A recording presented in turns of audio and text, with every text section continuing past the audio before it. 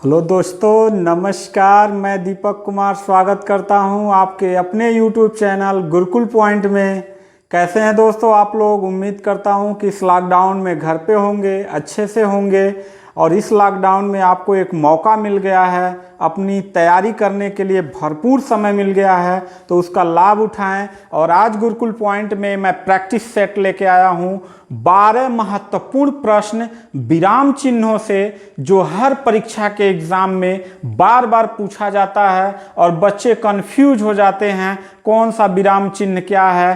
तो आज आप अगर ये वीडियो शुरू से अंत तक बने रहेंगे तो ये 12 प्रश्न अगर आपने अच्छे से समझ लिया तो 12 प्रश्नों के अनुसार ही सारे विराम चिन्हों को आप जान जाएंगे। उसके अलावा भी अगर आप विराम चिन्हों के विषय में पूरा वीडियो देखना चाहते हैं तो इस वीडियो के डिस्क्रिप्शन बॉक्स में मैं वो सारा लिंक दे रहा हूं। पहला लिंक विराम चिन्ह का ही है, उसको भी जरूर देख लेंगे। तो आइए देर न करते हुए शुरू करते हैं विराम चिन्हों के महत्वपूर्ण 12 प्रश्न। यहां देखिए, पहला प्रश्न पूछ रहा है कि कौन सा अल्प विराम चिन्ह है।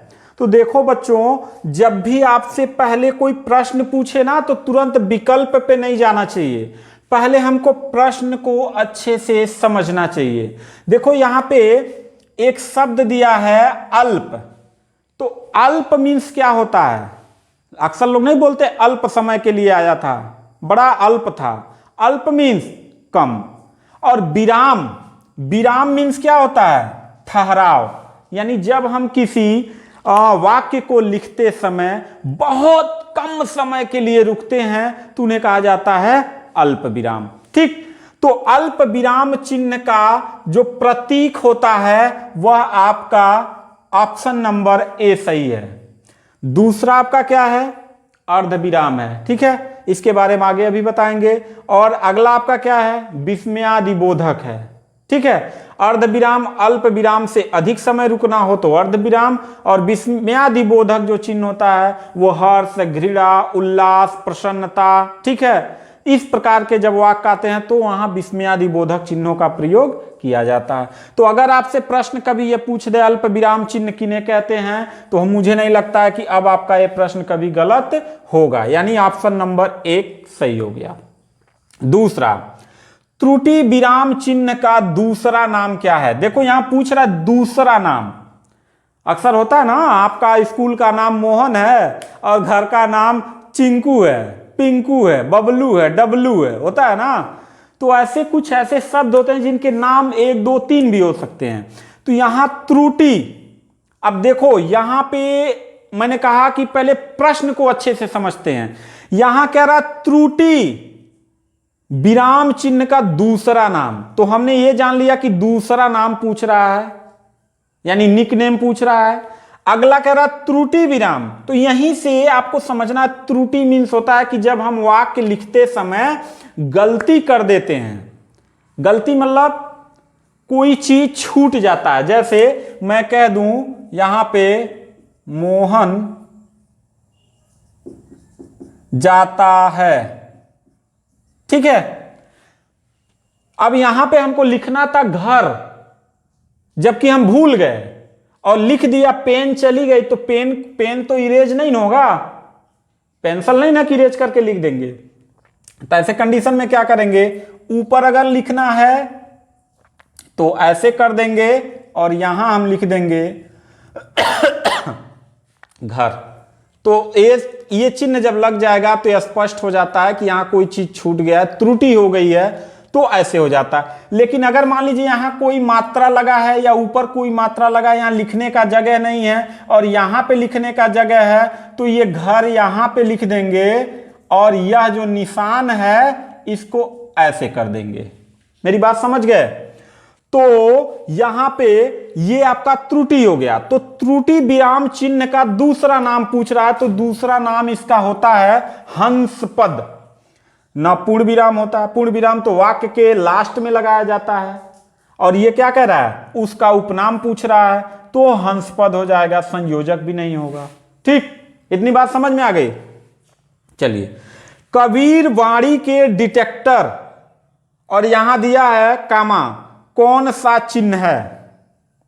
पूछ रहा है कबीर वाणी के डिटेक्टर। प्रश्न आपसे पूछ देता है कभी कभी, सधुक्कड़ी भाषा कौन बोले थे? कबीरदास। पंचमेल खिचड़ी कौन बनाए थे? कबीरदास। यानी भाषाओं में पंचमेल खिचड़ी कौन प्रयोग करते थे? मतलब सब भाषाओं को जोड़ के, टूटा फूटा भाषाओं जोड़ के कोई काव्य बना दीजिए। इसमें माहिर थे कौन? कबीरदास जी। ठीक है, उन्हें वाणी का डिटेक्टर कहा जाता है। उनकी रचना है शबद रामायणी और साखी शबद रामायणी, जिसको बीजक कहा जाता है। ठीक है, तो यहां पे देखते हैं कि कह रहा है कि यही जो प्रयोग हुआ है कौन सा चिन्ह है। तो देखो त्रुटि विराम तो है नहीं, कुछ छूटा तो है नहीं, पूर्ण विराम तो होगा नहीं, क्योंकि ये चिन्ह यहां पे लगता तब ना खड़ी पाई होती, तब ना पूर्ण विराम होता। तो क्या है? उद्धरण चिन्ह है। उद्धरण चिन्ह कहां प्रयोग होगा मेरे बच्चों? जब आप कोई लेख लिख रहे हो, उस लेख का शीर्षक हो, किसी पुस्तक का नाम हो, किसी दार्शनिक का कोटेशन हो।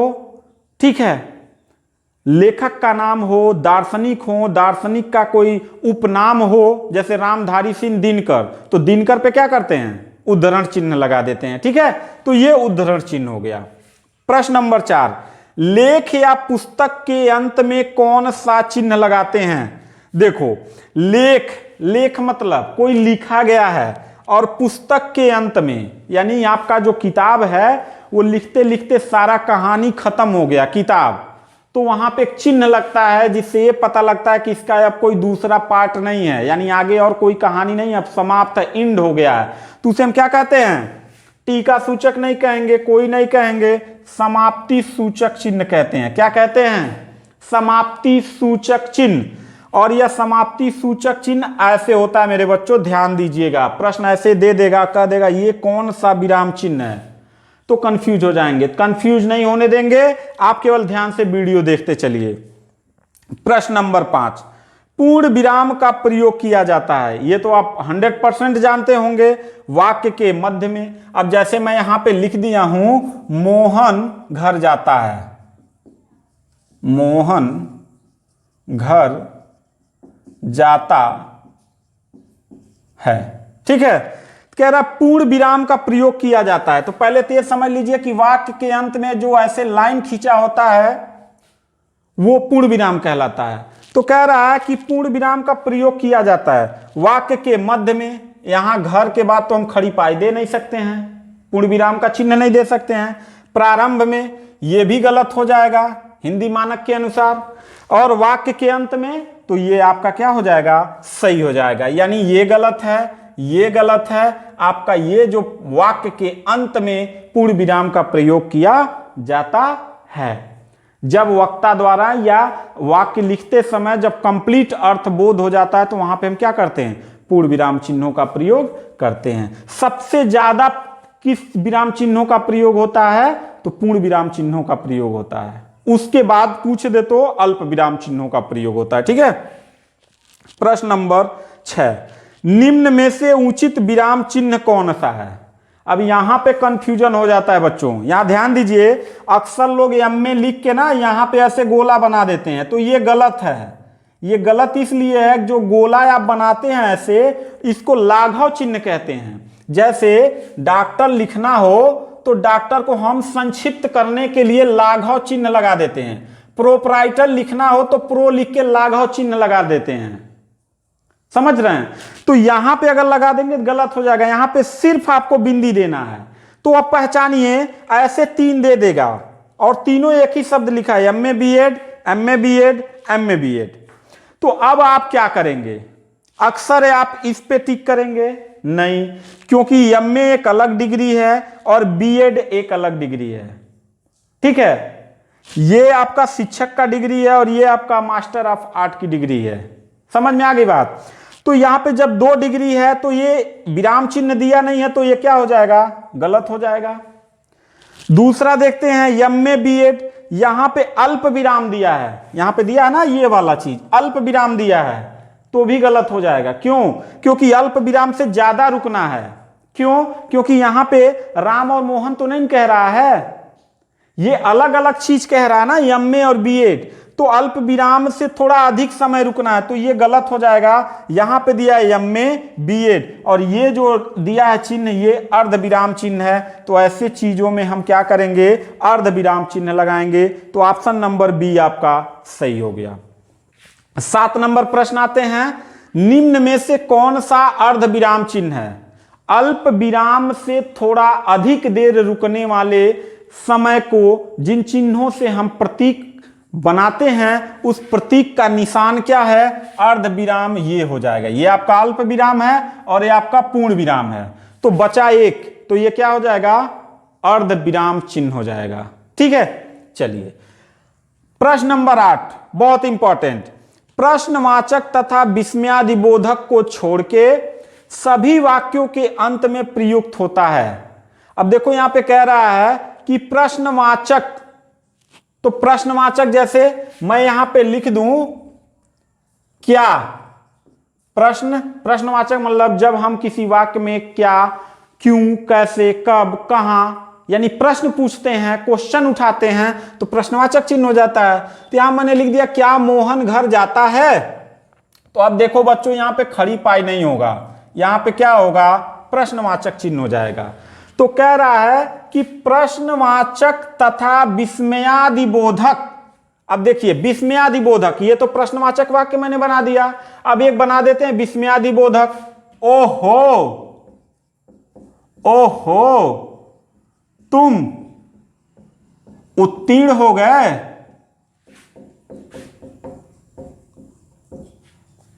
ठीक, ओहो तुम उत्तीर्ण हो गए, बात समझ रहे हैं? तो ये विस्मयादिबोधक हो गया क्योंकि यहां उल्लास, हर्ष हो रहा है। हाय राम, हाय जब मतलब शोक प्रकट हो, दुख प्रकट हो, हर्ष हो, उल्लास हो, घृणा हो, तो ऐसे जगहों पे विस्मयादिबोधक चिन्हों का प्रयोग करते हैं। तो ये जो चिन्ह है लाइन खींच के नीचे बिंदी है, ये विस्मयादिबोधक है। तो कह रहा है प्रश्नवाचक तथा विस्मयादिबोधक को छोड़ के सभी वाक्यों के अंत में, सभी वाक्यों के अंत में कौन सा प्रयुक्त होता है? क्या प्रयुक्त होता है? तो अर्ध विराम तो प्रयुक्त नहीं होगा, अल्प विराम भी नहीं होगा, क्या होगा? पूर्ण विराम होगा। क्या होगा? पूर्ण विराम होगा। ठीक है, एक चीज यहां कंफ्यूजन हो रहा है, उसको दूर कर लेते हैं। नहीं ठीक है, कोई दिक्कत नहीं है। चलिए अब आते हैं प्रश्न नंबर 9। पूर्ण विराम के बाद सर्वाधिक प्रयुक्त होने वाला विराम चिन्ह है। देखिए कह रहा है कि पूर्ण विराम यानी जो हम ऐसे खींचते हैं वाक्य के अंत में, तो उसके बाद सर्वाधिक प्रयुक्त होने वाला, यानी इसके बाद, यानी सबसे ज्यादा पूछ दे तो पूर्ण विराम का प्रयोग होता है। लेकिन पूर्ण विराम के बाद सर्वाधिक प्रयुक्त होने वाला विराम चिन्ह कौन सा है? तो देखो प्रश्नवाचक चिन्ह तो होगा नहीं, अरे बार बार हम प्रश्न नहीं करेंगे वाक्य में, प्रश्न तो कभी कभी आता है ना, तो ये नहीं होगा। अल्प विराम ये सही हो जाएगा क्योंकि बार बार हमें अल्प विराम कामा देना पड़ता है, तो ये सही हो जाएगा आपका। और अर्ध विराम कभी कभी आता है चिन्ह, तो ऑप्शन नंबर बी सही हो जाएगा। चलिए प्रश्न नंबर 10, हंस पद चिन्ह इनमें से कौन सा है? अब देखो मैंने यहां पे जो बताया था ना कि जब वाक्य में लिखते समय कोई शब्द छूट जाता है तो उसको त्रुटि चिन्ह कहते हैं, त्रुटि विराम चिन्ह। उसी का एक अलग निक नेम है क्या? हंस पद। क्या है? हंस पद। और इसका प्रतीक दे देगा और पूछेगा निम्न 4 विकल्पों में से या 3 विकल्पों में से कौन सा चिन्ह हंस पद या त्रुटि विराम चिन्ह का प्रतीक है। ठीक, तो यहां पे देखो ये तो अल्प विराम है, होगा नहीं, ये आपका त्रुटि चिन्ह है। लेकिन अगर मान लीजिए ऐसे ना देके ऐसे दिया हो तो तब भी सही है। ठीक है, और ये तो आपका प्रश्नवाचक चिन्ह है, तो ऑप्शन नंबर बी सही हो गया। यहां देखिए प्रश्न क्या है, 2 विलोम शब्दों के बीच कौन सा विराम चिन्ह प्रयुक्त होता है? अब देखो यहां 2 विलोम मतलब ऐसे शब्द जो एक दूसरे का विपरीत अर्थबोध कराते हों। जैसे मैं कह दूं दिन तो उसका विलोम रात, तो दिन और रात के बीच में कौन से विराम चिन्हों का प्रयोग किया जाता है? तो ऐसे में विराम चिन्हों का अर्ध विराम तो किया नहीं जाता है, पूर्ण विराम भी नहीं किया जाता है, योजक चिन्ह किया जाता है। और योजक चिन्ह आपका ये वाला है, जहां पे और की गुंजाइश हो। तो जब दिन और रात, दिन रात करेंगे तो बीच में और नहीं लिखते, हम डैश लगा देते हैं। और एक चीज जैसे माता पिता कह दें तो माता और पिता, लेकिन और ना लगा के हम योजक चिन्ह लगा देते हैं। तो इसका अर्थ क्या होता है? और होता है। क्या होता है? और होता है। एक चीज और जान लीजिए, योजक चिन्ह का प्रयोग सबसे ज्यादा कहां किया जाता है? द्वंद्व समास में किया जाता है। माता पिता, तो बीच में जो योजक चिन्ह आता है उसे हम क्या कहते हैं? विलोम शब्दों में प्रयोग किया जाता है। और क्या बोलते हैं? दो शब्दों के बीच विराम चिन्हों के बीच में भी प्रयोग किया जाता है। प्रश्न नंबर 12, विस्मयादिबोधक चिन्ह का प्रतीक होता है। अभी मैंने यहां पे लिखा है जब प्रसन्नता हो, घृणा हो, उत्साह हो, हर्ष हो, तो ये चिन्ह, ये तो प्रश्नवाचक चिन्ह है, ये अर्ध विराम चिन्ह है, तो ये आपका सही हो जाएगा। ये वीडियो आपको कैसा लगा? ये बहुत कम समय का वीडियो है, लेकिन ये जो 12 प्रश्न मैंने आपको हल कराया है ये बहुत इंपॉर्टेंट है बच्चों। इसको जरूर नोट्स बना लेंगे। और अगर विराम चिन्हों का पूरा जानकारी लेना चाहते हैं तो इस वीडियो के डिस्क्रिप्शन बॉक्स में जरूर चले जाइए। पहला ही लिंक आपका विराम चिन्ह का होगा। और भी हिंदी के सारे चीजों को जानना चाहते हैं तो सारे हिंदी के जितने भी मैं पार्ट बनाया हूं सबका लिंक मैं भेज दे रहा हूं, वहां से देख सकते हैं। अगर यहां से नहीं देख सकते हैं तो गुरुकुल पॉइंट चैनल के प्लेलिस्ट में चले जाइए, वहां पे क्रेजी जी के ट्रिक नाम से एक बना हुआ प्लेलिस्ट है, एक सामान्य हिंदी है। चैप्टर वाइज आपको पढ़ना है तो सीजन 2 सामान्य हिंदी के नाम से है। मनोविज्ञान पढ़ना हो, भूगोल पढ़ना हो, इतिहास पढ़ना हो, तो ये सारे सब्जेक्ट आपके उस प्लेलिस्ट में मिल जाएंगे, वहां से जाके जरूर देख लीजिए। और अगर ये वीडियो आपको पसंद आया हो तो प्लीज इस वीडियो के लिए एक लाइक, एक कमेंट, और अगर अभी तक आपने इस चैनल को सब्सक्राइब नहीं किया है तो प्लीज इस चैनल को सब्सक्राइब कर लें। जय हिंदी, जय हिंदुस्तान, नमस्कार।